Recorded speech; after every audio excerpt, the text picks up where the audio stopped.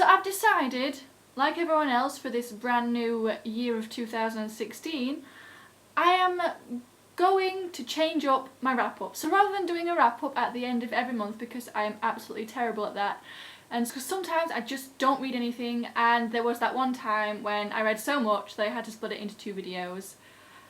So I've just decided that I'm going to do a reading update kind of video every once in a while when I think I've read enough books to talk about. So I'll talk about the books that I've read and books that I'm currently reading. And the idea is that they should be about 5 minutes long each.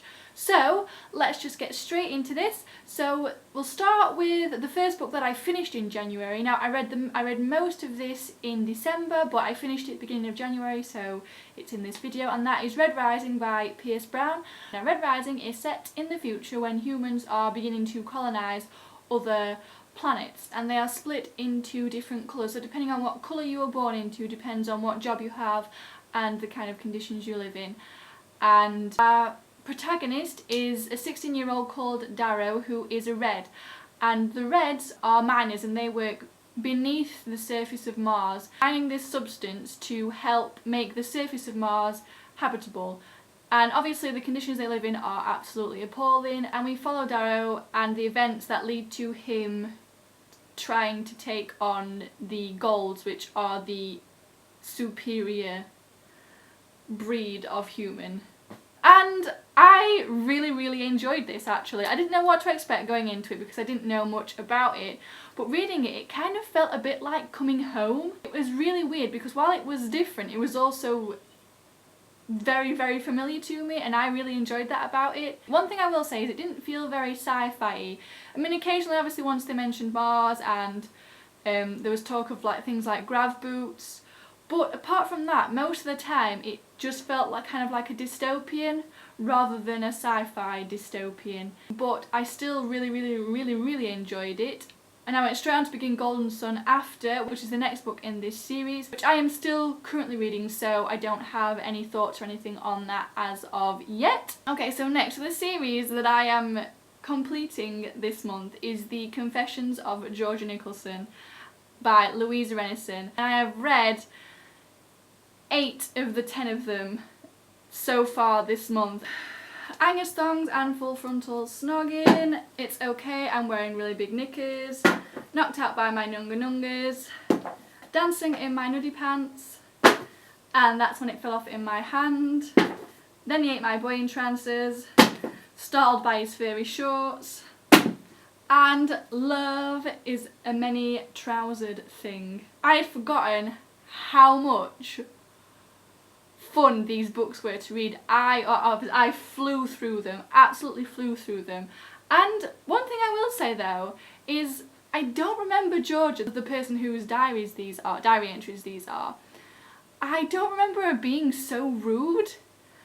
Maybe I was young and and it just seemed normal to me at the time, but reading them back now,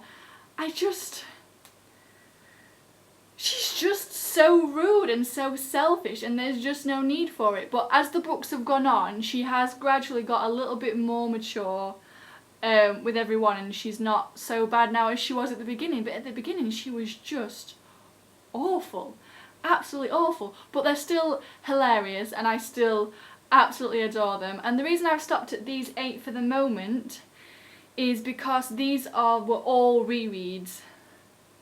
So Love is a Many Trousered Thing is the final reread for me, so now I'm moving on to Unknown Territory. So I'm really looking forward to get to the final 2 books. I'm also currently reading 2 other books at the moment.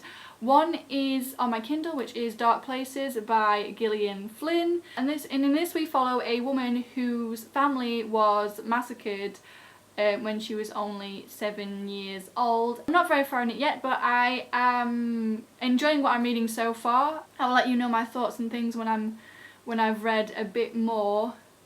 Because at the same time I also started reading The Girl in the Red Coat by Kate Hamer. It's probably Hamer, isn't it? And in this, a little girl goes missing and we see the events that take place leading up to and during the time that she's missing. We see it from both the mother's perspective and the little girl's perspective.